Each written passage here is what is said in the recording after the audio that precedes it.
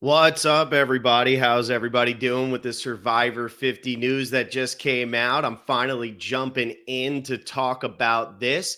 Feels weird to say the Survivor specialists are back when I'm sitting here alone on this one. No Will, no Blake, nobody to support.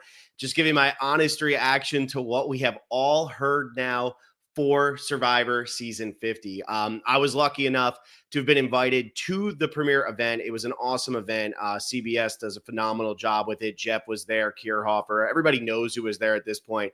But I just want to say how great of an event it really was. I got to meet a lot of the new players, and then there was a lot of old castaways who were there as well. I'll talk more about that on the Survivor 48 premiere recap episode, which we'll be doing Wednesday night. But for tonight, I just wanted to jump in on this Survivor 50 information, what I've been reading, what I heard in that room. You all watched Mike Bloom's video. It was better than what I got. He was smart. He sat in the front row. I did not, so I was filming over heads.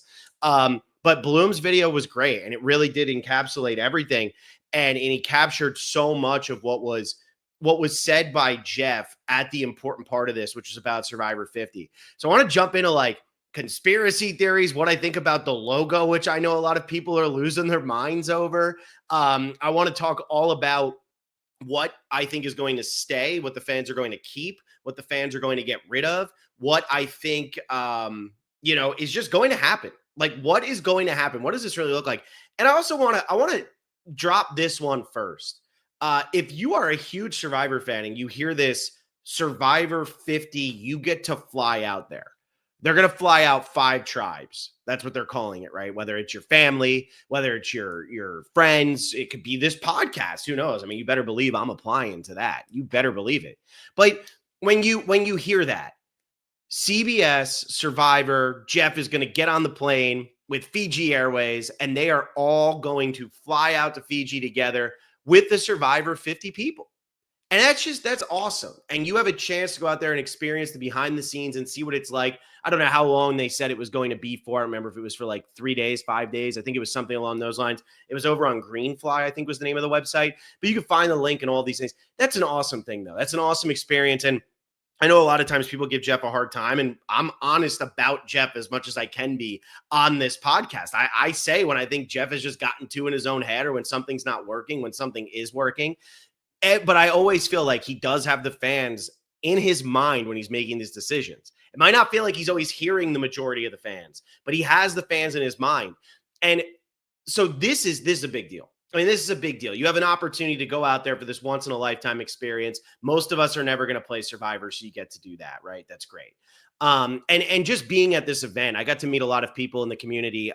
Timstagram B, Survivor Quotes X. I finally got to meet Tegwith in person. So I got to meet a lot of people, and to hear how many people were saying it was the best night of their life, like that this was just a surreal experience and they couldn't believe they were there. There were so many fans who were there and everything. It's awesome. And if you ever get the opportunity, if you're in the area, I know Kelly did her giveaway and I know Bryce and Wen did their giveaway. If you ever have an opportunity, just keep submitting to those kinds of things, because to be able to get to experience this kind of thing is really cool. And I got to meet Jeff a second time. I'm hoping third time's the charm. And the next time I meet him, I'm standing on the island playing the game. But this is the second time I got to meet Jeff. And the fact that, I'm watching Survivor Fans versus Favorites right now for my Patreon podcast for Every Season Matters. And I remember watching that season, and it was right after that season that I got super obsessed with Survivor. I was always into it, but that was when it really changed, because I saw so much of myself in Eric Reichenbach. Whether that's a good thing or a bad thing, I saw so much of myself in Eric Reichenbach. And that's when I started to say, man, I could really play this. So to think about myself being in, 2008, being 16 years old, and now in my early 30s, meeting Jeff for a second time, like that's just a pinch me kind of thing. And so it was awesome. And I mean, Jeff's great. That event, after he got done doing his questions and everything, people were just like swarm. And he just talks to everybody. He loves it. He loves all of it. And that's going to bring me up to my first point here. I got to jump into the conspiracy theories that are going on here. I was going to try to say a different word. Was conspiracizing? Yeah, I'm going to make up words here. I got to get into the conspiracy theories here. Jeff put up the logo of "in the hands of the fans." I truly believe that what they want to be in the hands of the fans will be in the hands of the fans. I know that this has been a big concern, and it was something that I initially went to right away. I'm a negative person at heart, right? I can't help myself. I immediately think, what is somebody trying to gain from this? But I rewatched the video of Jeff talking about this, and I truly believe that whatever they put up to a vote, they are truly saying, you pick. Because I think at this point, some of production, Jeff included, probably wants to know if it's just noise or if it's real. We live in such a different world than what this show was in 2000 when we started with Survivor Borneo. Back then, you watched the show and you read about it in the tabloids, and then you went to the water cooler and talked about it. And if your entire office loved the show, then that meant you thought everybody loved the show. If your entire water cooler thought the show was stupid and overrated, that's what you thought. Because you didn't have podcasts, you didn't have social media, you didn't have all this. So I do truly believe that part of them is saying, does our fan base actually hate or like these things as much as they say? Or is it just the social media noise? Because with Instagram, with Twitter, with YouTube, I mean, I come on here, I complain 3 times a week. I'm here all the time. So I do believe that they want to know.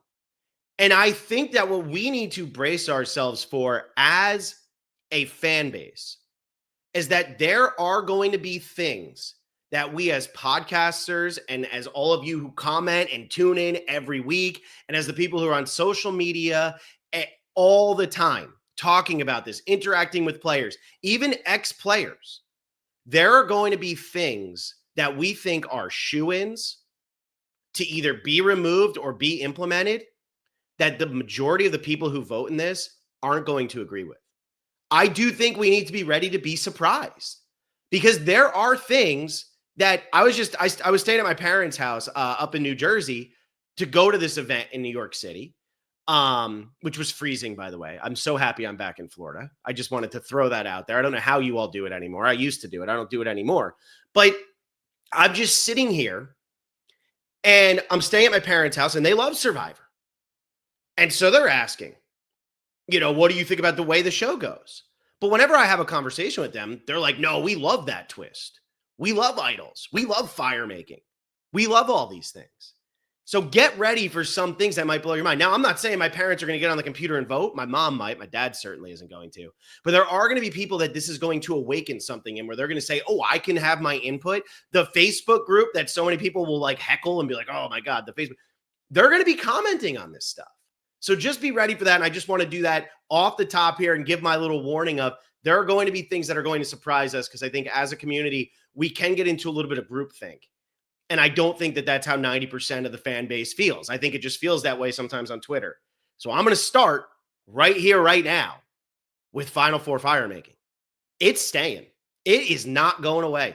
It is not going away. That is my prediction. I think it's great that Jeff is leaving this up to a vote. I truly believe, I listened to Jeff just say it again on the video. Jeff says, I hear this more than anything.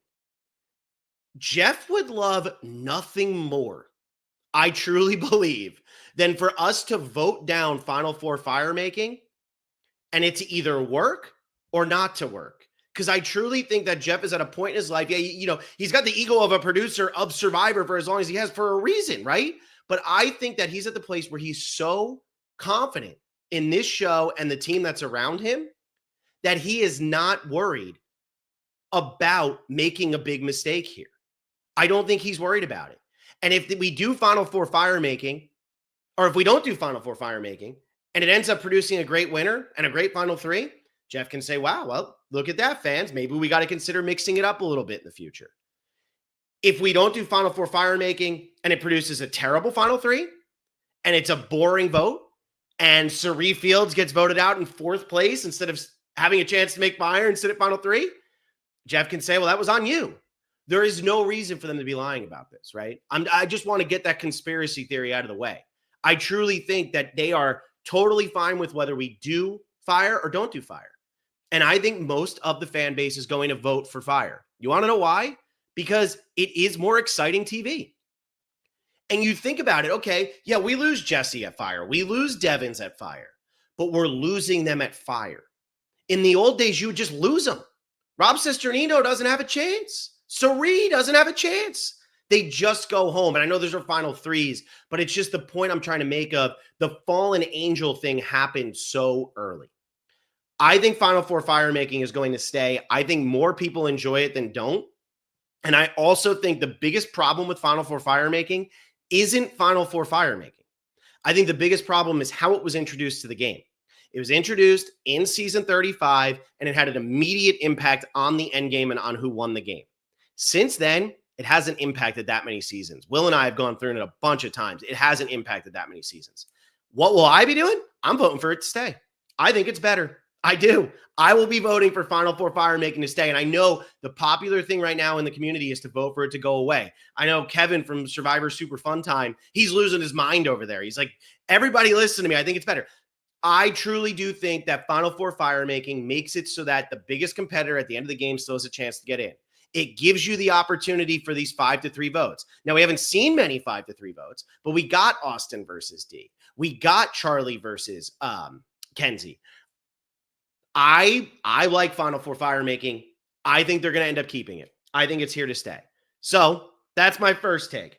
Second one, idols or no idols. If you are voting for no idols, you are delusional at this point. And I'm not trying to instigate people. This is my honest reaction. If you are voting for idols to be out of this game, you have lost your mind. We're doing Every Season Matters, and we're going through every season in order. The first idol that Gary Hogaboom finds and plays is in season 11. We have been watching idols since season 11. They're not getting rid of idols, and idols are better for the game. The problem is we've gotten too many idols. It's too chaotic. Every time you play one, another one comes in, blah, blah, blah, blah, blah, blah, blah. I personally think idols need to stay in this game. If you don't have idols, the people on the bottom have a hard time overcoming it. Now, we did see Operation Italy last season, so there's always something. But idols are going to stay. And I don't think there's any way in hell that people are going to vote for no idols, the majority. That is a 80 to 20% vote, in my opinion. Now the question is, and I'm having a hard time looking at the chat while I talk since I'm doing this alone. So if you're in the chat, I appreciate it. But if I'm not getting to you, it's because talking and having my notes and then doing that. I'm a good multitasker. I'm not that good. But as Christian Gal says, idols temporary and time limit. I do think that's something that we're going to end up getting here in terms of voting. Jeff said in this talk, and people aren't really talking about this as much, we are going to let you pick everything. Idols, twists, advantages. He said all of that. I think we're going to get specific with this stuff. I do think we are going to get specific with, should the idols be beware advantages? Should the idols be good for 3? Should they be good for 4 tribal? Should they be good forever? Should there be a super idol?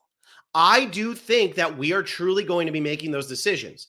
All I know, based on Jeff's talk and based on the press release from CBS, is that on premiere night, we can start voting for these first 4 categories.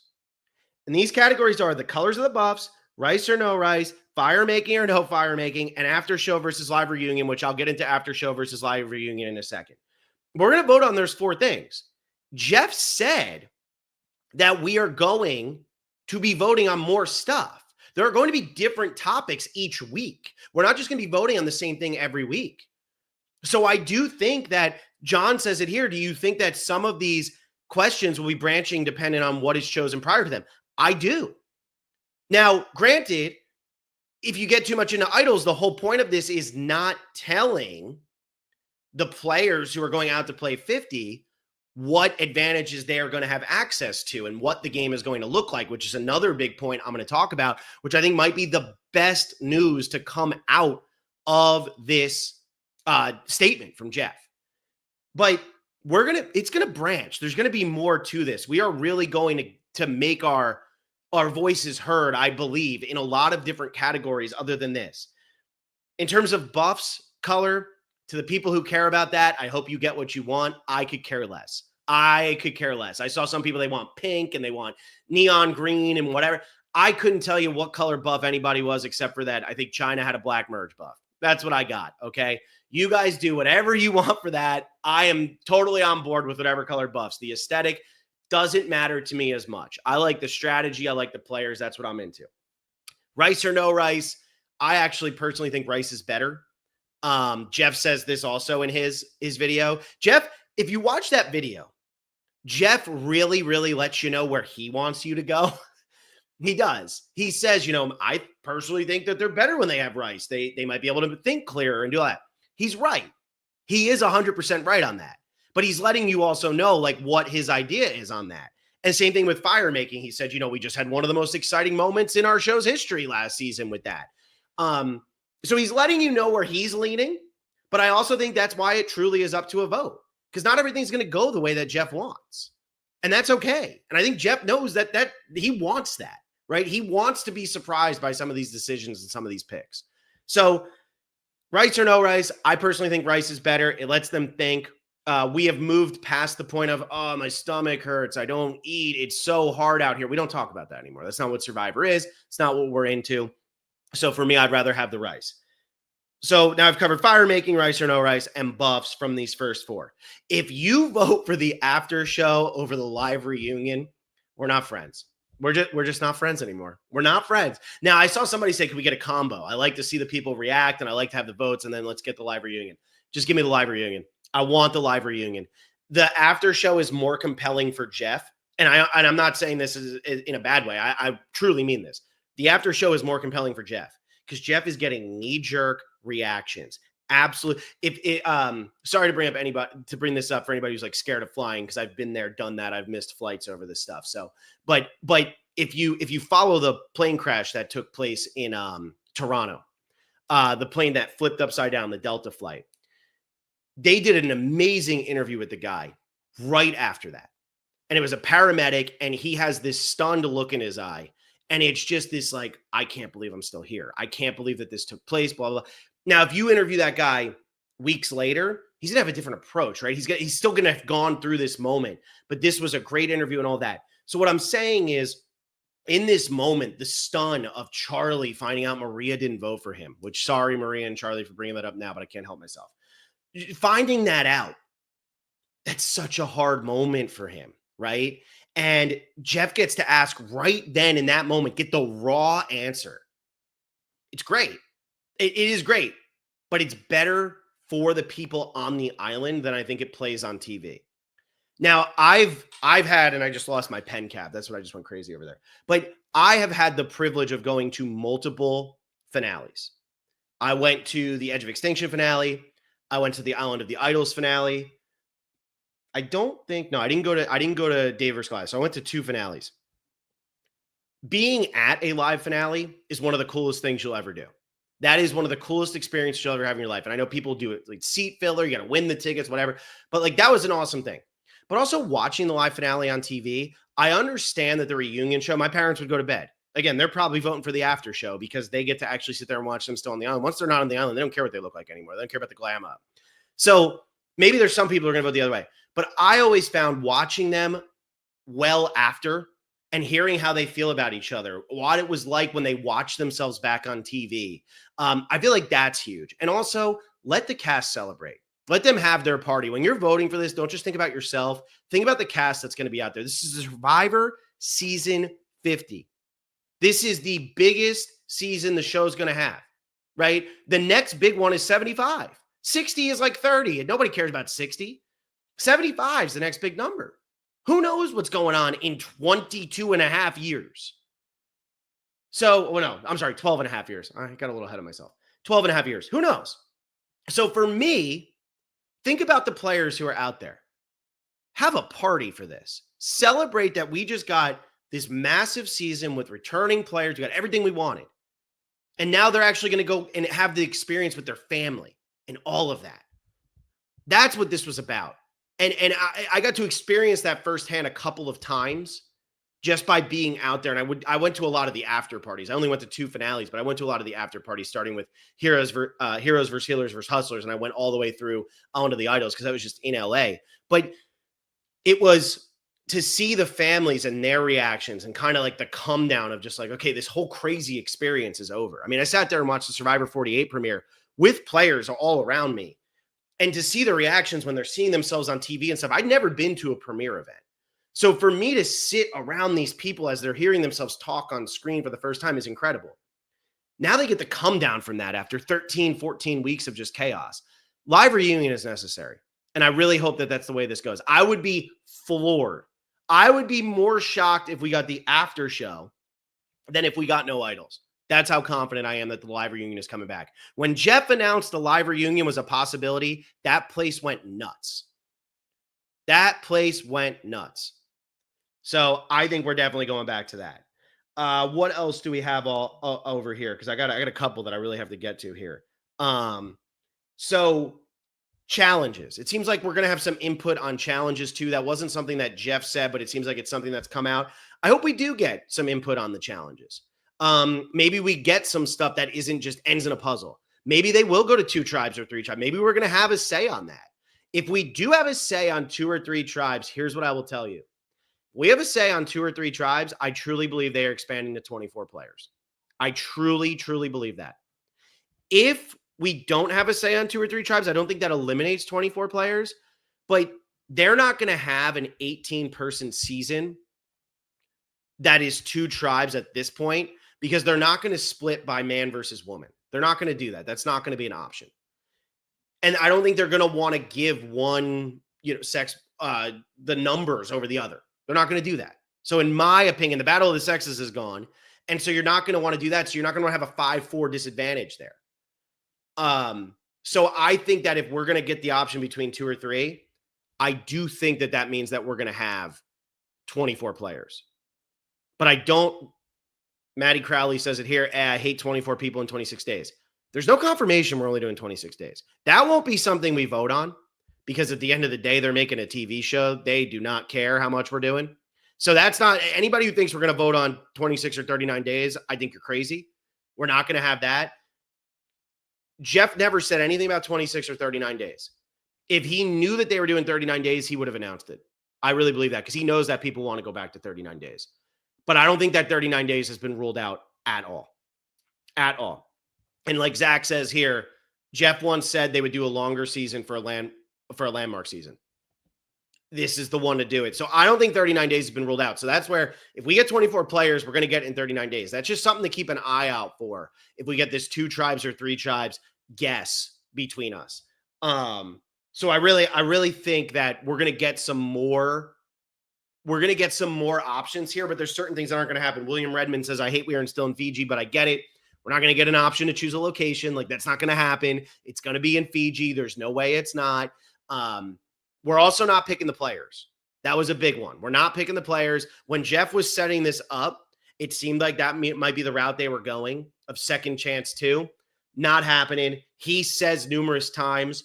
I don't remember if it's in Bloom's video or if it's in one I just watched. Either way, it's like, he said it there. He said, we're trying to pick the best handful we can and know that. We're down to 50 people and know that we are trying to pick the best we can. But if they're down to 50 people and he really knows they're having a hard time cutting, I could see them doing 24. I could see them doing 24. And if you do 24 people in 39 days and they're all returning players, I don't feel bad for the people who go out on day 2. I just don't. And also think about like the first Redemption Island season was 20 people, right? I think I'm right about that. Because I think it was 20 with Rob and Russell coming in. I hate that season so much that I don't even know why I'm bringing it up. But it was 20 people. And then you have multiple people who return back to the game. So it's essentially 22. So you're not that far off. Unless I'm wrong. Was Redemption Island only 18? It was 18. It was 18. You guys are right. See, I knew, even as I was saying it, I'm like, that doesn't sound right. But then when they bring the 2 people in, they're up to 20. They've been doing 18 for a while here. But if you can do 20, I think you can do 24. I really do. I think you can do 24. Ultimately, I don't think that we are going to get to choose between 2 or 3 tribes because, again, that's a big production ask. It's one thing to say, hey, what kind of challenges do you want us to do so we can start prepping those ahead of time? Also, we're going to give you options of challenges that we are comfortable making. 2 or 3 tribes, that's the difference between like, are we going to 2 beaches, 3 beaches? How big is the beach? What's going on here? So, there you go. Sandy P, blood versus water is 20 with people come back. Thank you. I knew there was something. And Winners at War, I don't really count because that was Edge of Extinction. That's different. But like, You can produce this with 22 technically players, because that's what Blood versus Water essentially is 22 players.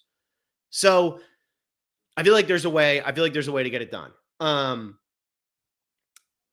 But the big news from a casting perspective is it's players from all eras. That was something Jeff really, really, really harped on. He wants this to be a celebration of players of all kinds from all eras. Sean Rector still has a shot. As far as I'm concerned, he still has a shot. Okay. I truly think there was no Q&A after the discussion. I think if there was a Q&A, somebody probably would have said, what's the furthest back you're considering? And I'm sure Jeff would have just said season 1. But I really do think that they are going all the way back. I think we now know that this is not going to be New Era All-Stars. Will it be 50-50? I doubt it. I bet it's more like 75-25, 60-40 at best. But I do think that we are going to get some old. I think T-Bird's in the running. I think Shane is in the running. I think Bryce might be in the running. That's what I'm saying. I think they are going everywhere. They might even take somebody from season 21 or 22 or 23 and put them on the show. I think that they are going to be willing to spread the wealth a little bit to figure out what's going on. Because the new era casting is great, but so is the old era casting. Casting for Survivor has always been the best part about Survivor, whether we want to believe it or not. The cast has always delivered. And so that's where I think we truly do have 50 people from 49 seasons, who are in the running. Now, I'm not saying that means, there's one person from each season. No, there's going to be multiple people probably from each season or from a season here or there. But I am a believer right now that seasons 1 through 49 are truly in play. Maybe not 49, but 1 through 48 are certainly in play. That's great to hear. In my opinion, that's necessary. That was probably the part of the night that excited me the most, other than the players won't know what's happening in advance. And I know I brought this up briefly already, but I really want to stress this. The players not knowing what's happening in advance is the best news by far to come out of this night. Because Jeff, when they were up on the stage, they were talking a lot about game design, right? They had Alon up there from Exploding Kittens. And he was talking about how they came up with the game that I have sitting right here behind me, the card game. And by the way, everybody who went to that event got one of those. It was awesome. So that was exciting, super exciting for everybody who was there. But Alon was talking about how they came up with the card game and all of that. And Jeff was talking about that. And when they were talking about that, Jeff did say it felt like, sometimes people get a little comfortable on Survivor. He doesn't want them to get comfortable, but he wants them to feel like they can be comfortable, right? Like, just when you think you're comfy, we pull the rug out from under you. And so I think this is great because at this point, if you were to say, okay, Phil, is this really more predictable than old school? Well, there's more twists and advantages and turns and things like that for sure.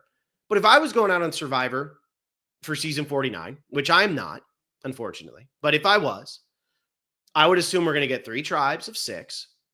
I would assume that at some point there will be a split post-merge, whether that means both tribes go to tribal or don't. I don't know, but there will be a split post-merge, probably at 5-5 or 6-6. There will be a mergatory.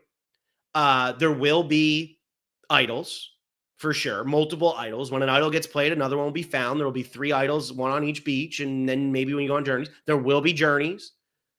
I'm predicting all of these things. If you lose, what do you call it? If you lose the first reward challenge, there's probably gonna be an opportunity for get camp supplies. Whether that what that looks like, I don't know. But I'm assuming these are all things that I'm assuming when I walk out there. So I do think it's gotten predictable. I know there's gonna be Final 4 firemaking. Of course there is. And it's gonna be a Final 3. I think that this is great because now, and Jeff says it, you won't know whether it's a Final 4 firemaking until you get there at Final 4. That's awesome. And I understand some people will sit here and be like, oh, but like that's what happened to Devin and Chrissy, and that was BS, blah, blah, blah. No, these players know it's an option. But play the game so you have one and, let me see the player who's good enough who can say, I'm at Final 4. If there's fire, I'm going to win the game. If there's not fire, I'm still going to win the game.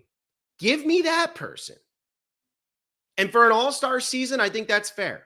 So that's what I want. I'll take that. I think this is great news. Where was it? Somebody said there was something up here, and I want to give this one, and now I totally lost it. All right, maybe I won't find it again. But I do think that Zach says, I wonder if we could vote on something we haven't seen before. I don't know if we'll get something we haven't seen before, but I do think that we are going to be voting on advantages in a way of like, do you want knowledge as power or no? Do you want, whatever, a steal a vote? Do you want lose a vote? Do you want this? Do you want shot in the dark? I think that's one that's going to come up for sure. Do you want shot in the dark? Because if players find out at the first tribal council, you don't have shot in the dark this year, that changes the way people play. So yeah, that's how I feel about all of this. Like that, those are my honest reactions. I think that the players not knowing is great for this game. Next thing, name of the season. If it's called in the hands of the fans, let it be called in the hands of the fans. I understand that some people would have, I don't know. That's like, I understand that it's official, but also it is February 24th, 2025. Everybody complains enough. That name will change. The logo, it's just 50 over the Borneo logo, right? Like that's all it is. It's a yellow 50 over the Borneo logo. Okay. I don't think that's going to be the final logo. Now, I know that there's people who say, no, that's the official logo. Okay, but it could also be like, oh, we misspoke. Like, no, that was just a whole placeholder. Second Chance one was a placeholder, so why couldn't this one be a placeholder?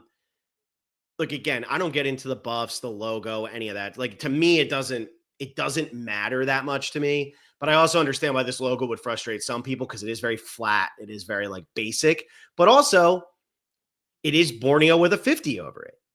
So I don't know. Maybe that was their intention. Maybe their intention was to do Borneo with a 50 instead of the person in the middle. Anyway, I think that those two things are going to change before the season begins. I really do. And if they don't change, my hope is that is what we as a community are complaining about the most by the time the season ends. I hope that as a group, we are complaining about the logo and the name and saying, man, I wish this phenomenal season of Survivor had a better logo and a better name. That would be my hope, right? Because if we're complaining about the logo and the name, it was a damn good season of Survivor, and I'm all about that. So I really, really, really am excited about this. I think this is great news. There's always going to be pessimists in this community. There's going to be people who are going to say this is rigged and this is what. There is no reason for them to rig this right now. There isn't. There is no benefit to them of doing that. If there are going to be things that Jeff doesn't want, I just truly believe that. I don't believe that there's, when it came to the cast for Second Chance, maybe there was a benefit to rigging that because you have to get the interactions between people. But if they're going to take over the cast, in my opinion, whatever else is out there, they're like, we're going to trust this cast to deal with what it is. And I think that's the smartest thing they could do. Because what do we always say? Trust the cast. Say that all the time. Trust the cast. We don't need crazy twists all the time. So I feel like we are going to really, really see an interesting season of Survivor. And I'm excited week after week. Hey, for anybody who wasn't around during season 32, or, it was during season 30. If you weren't around, that was the first season Will and I podcasted, was season 30, Worlds Apart. Not a great season of Survivor, but, Worlds Apart. So when they announced that it was going to be Second Chance and they started doing the fan vote and stuff, it was electric. Like that was more exciting than Winners at War, because really Winners at War didn't have the hype so far in advance. We knew about it ahead of time because, word through the grapevine, everybody kind of knew. If you follow enough stuff on Reddit and whatever, you're going to find it. But when it came to Second Chance, the excitement was massive. I voted every day. Troyzan, I still don't know how you didn't get the votes. I voted every single day. I don't know how T-Bird and Troyzan and Shane didn't get in. This is going to be a fun, interactive thing for us to do. And I think that it's just going to make it must-watch TV every Wednesday because your voting window's a week. So get in there and vote. And they're not going to tell us ahead of time.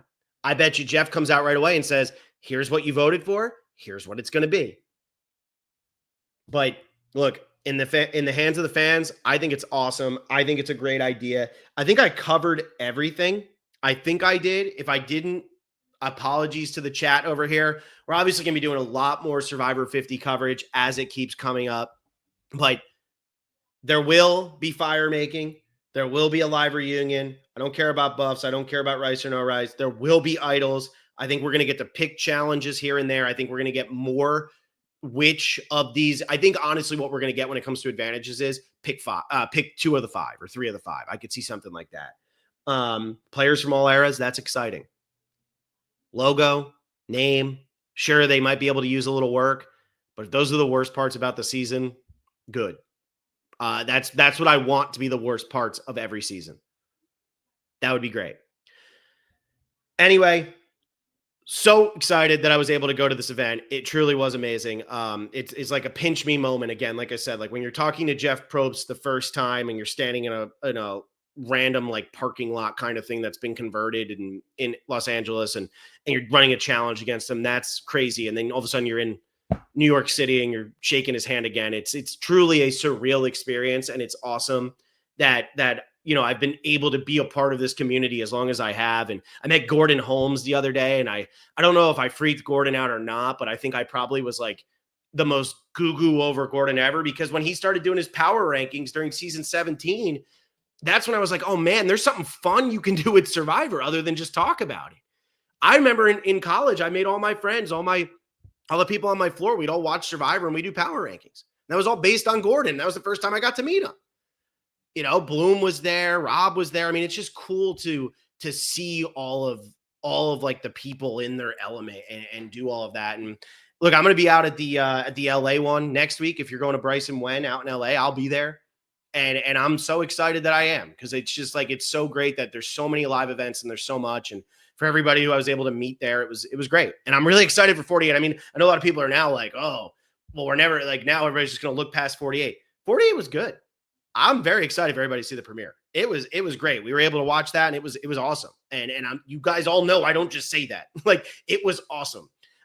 So I'm ready. And Blake and I will be back on Wednesday night recapping it. Will's doing a big celebration thing for his dad, who I think's hit a milestone birthday. So they're doing that. So he's not gonna be around for that, but Will's gonna join me for Digging Deeper on Thursday. So that's it for Survivor 50. Okay. I am very excited about this, like what we're coming into. We'll be diving into all the different topics and stuff throughout, but I'll be a pessimist when you need to be a pessimist. I don't think this is something that people should be feeling pessimistic about. So become a patron, patreon.com/the specialist. We're going to be doing so much stuff. If you want to jump in, you still have time to get in on our fantasy game. If you become a top tier patron, we got 2 days before Survivor 48 officially premieres. So go ahead over, become a patron, and play our fantasy game. If you want to jump in on the over-under game or the prop bet game, got a chance to win one of Todd Herzog's custom pops, or you can win one of Russell Muscle's custom puzzles. So go ahead and check all of that out. Like this video, subscribe to the channel. And yeah, I'm excited for 48. I'm excited for the future of Survivor. I think that this is going to be awesome. See ya, everybody.